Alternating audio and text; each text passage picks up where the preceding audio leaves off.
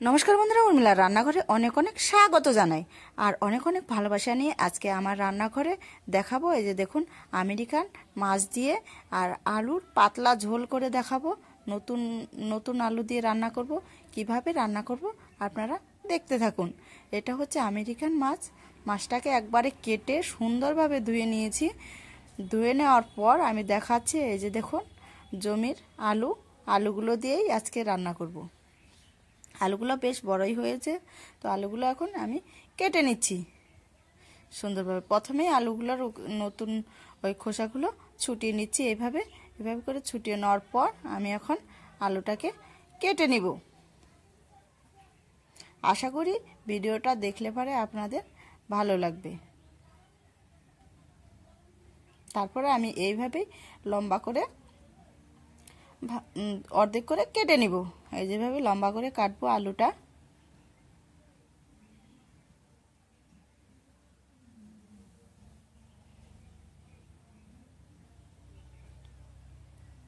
কেটে নিচ্ছি সম্পূর্ণ আলু। এই যে সম্পূর্ণ আলু কাটা হয়ে গেছে। এই যে দেখুন, তারপরে আমি আলুটাকে ধুয়ে নিলাম।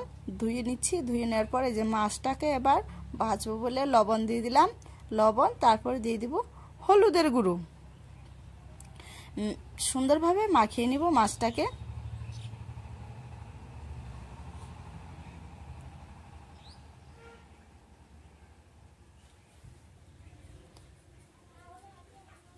মাছটাতে ডিম হয়েছিল। মাছের ডিম দিয়ে আলাদা একটা রেসিপি করব। মাছের ডিমটা দেখানো হয়নি। তারপরে আমি উনুনের উপর কড়াই বসিয়ে দিয়েছি। কড়াইটা আমার গরম হয়েছে। তারপরে আমি তেল দিয়ে দিলাম। তেল দিয়ে সুন্দরভাবে নেড়ে চেড়ে নিলাম। দেখুন, তেলটা দিয়ে যখন ধোঁয়া উঠবে তখন আমি দিয়ে দিব তেলের মধ্যে জিরেটা যখন হবে তখন তারপরে আমি একটা একটা করে মাছটা ভেজে নিব।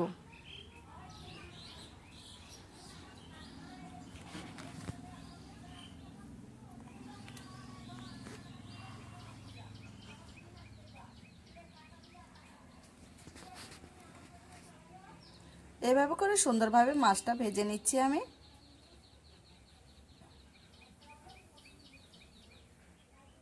মাছটা একবারে টাটকা ছিল, কিন্তু টাটকা মাছের যে কোনো রান্না করলে পারে টেস্টি লাগে। তো দেখুন, তারপরে মাছটা আমার এই পিস ভাজি হয়ে গেল। আমি এখন মাছটাকে উল্টে দিচ্ছি। উল্টে দিলাম। মাছগুলো হয়ে এসছে। এখন আমি একটা একটা করে মাছ নামিয়ে নিব।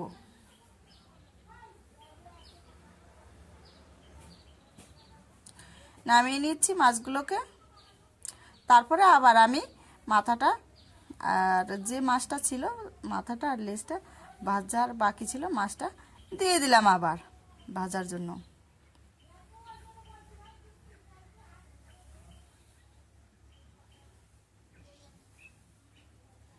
তারপরে আবার মাছটাকে এইভাবে করে সুন্দরভাবে আমি ভেজে নেব একটু।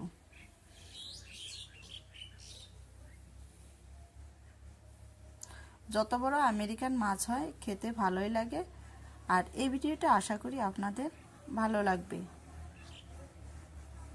ভিডিওটা দেখার পর আপনারাও এরকম রেসিপি বাড়িতে বানিয়ে নেবেন। দেখবেন আশা করি আপনাদের খেতে ভালো লাগবে। তারপর মাছটা আমি নামিয়ে নিলাম।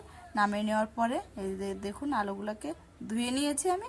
তারপরে আমি দিয়ে দেব তেলের মধ্যে। কোনো তেল দেইনি, পরে আমি ফোড়ন দিব বলে এখন আর কোনো তেল দিব না। ভালো করে সবজিটা আমি এরকম লাল লাল করে একটু কষিয়ে নিব। কষানোর পর আমি এই যে দেখেছেন লাল হয়ে এসছে। তারপর আমি দিয়ে দিব হচ্ছে স্বাদ মতো লবণ। লবণ দিয়ে নেড়ে চেড়ে নিচ্ছি। তারপরে দিয়ে দিব আমি হলুদের গুঁড়ো।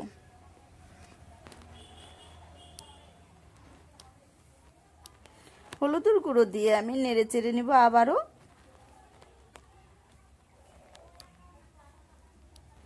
আলুটা প্রায় ভাজির মধ্যে হয়ে এসছে। এই যে দেখুন, তারপরে আমি দিয়ে দিব কয়েকটা কাঁচা লঙ্কা ফাটানো।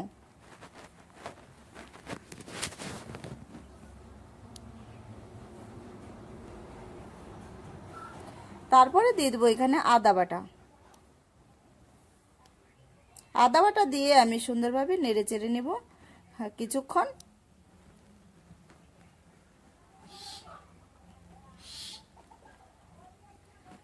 তারপরে আমি দিয়ে দেব এখানে হচ্ছে ধনে বাটা, দিয়ে আমি সুন্দরভাবে এগুলো সম্পূর্ণ মশলা দিয়ে ভালো করে আমি আলুটাকে কষিয়ে নেব। এখনই মনে হচ্ছে যেন আলুটা গলে এসছে। এই দেখুন চারপাশটা কত সুন্দর ভাজা হয়ে এসছে। তো দেখলাম আলুটা গলেছে নাকি, এই দেখুন গলে এসছে প্রায়। তো তারপর দেখুন আমি এইভাবে করে কষিয়ে নিচ্ছি। কষানোর পর আমি দিয়ে দিব পরিমাণ মতো জল দিয়ে দিব।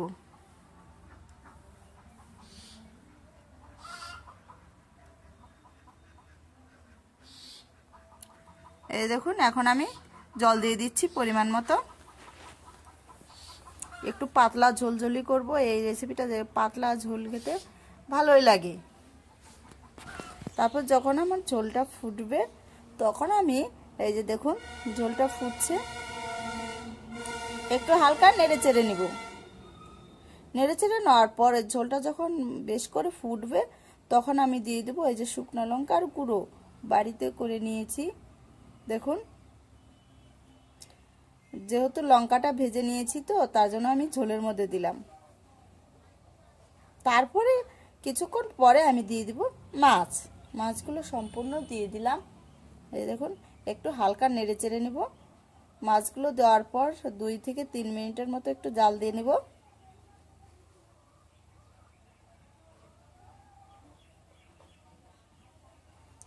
জাল দেওয়ার পর আমি দেখুন এখন একটা গামলার মধ্যে নামিয়ে নেব। এখন আবার নামিয়ে ফোড়ন দিয়ে দিব। নামিয়ে নিয়েছি। নামানোর পর আমি এখন এটাকে ফোড়ন দেবো। এই যে দেখুন তরকারিটা যখন হয়ে যাবে তখন আমি জিরা বাটা দিয়ে নামাবো, সেজন্য আমি জিরেটাকে ভেজে নামিয়ে নেব একটা বাটিতে। নামিয়ে নিচ্ছি। তারপরে এখন আবার ফোড়ন দিয়ে দেব। তেল দিয়ে দিলাম। তেল দেওয়ার পর আমি দেখুন এখন কি ফোড়ন দিয়েছি, শুকনো লঙ্কা, জিরে আর তেজপাতা ফোড়ন দিয়ে দেব। আশা করি এই ভিডিওটা আপনাদের ভালো লাগবে। আর ভালো লাগলে অবশ্যই আপনারা সাবস্ক্রাইব, শেয়ার, লাইক করে পাশে থাকবেন। তারপর একটু নেড়ে চেড়ে আমি এখন তরকারিটা দিয়ে দিলাম। দেখুন বেশ যখন এরকম করে ফুটবে একটু হালকা নেড়ে চেড়ে নিচ্ছি। নেড়ে চেড়ে নেওয়ার পরে এই যে দেখুন ভাজা জিরাটা আমি ভেজেছিলাম, তো এখন পাটাটাতে বেটে সুন্দরভাবে এই তরকারির মধ্যে দিয়ে দেব। আপনারাও এরকম রেসিপিটা বাড়িতে ভিডিওটা দেখার পর বানিয়ে রান্না করে দেখবেন। সিম্পল একটা রেসিপি, পেঁয়াজ রসুন ছাড়াও যে এত সুন্দর একটা রেসিপি হয়, দেখুন খেতেও ভালো লাগে। এখন তারপর আমি একটু মশলাটা দিয়ে জাল দেব না বেশিক্ষণ, নামিয়ে নিলাম। পাতলা একটা ঝোলের রেসিপি করে নিলাম, কত সুন্দর। আপনারাও এরকম রেসিপিটা বাড়িতে অবশ্যই বানিয়ে নেবেন। আর হচ্ছে পরের দিন আমি অন্য ভিডিও নিয়ে আসবো আপনাদের কাছে। সম্পূর্ণ ভিডিওটা দেখার জন্য অনেক অনেক ধন্যবাদ। আপনারা আশা করি ভালো থাকবেন।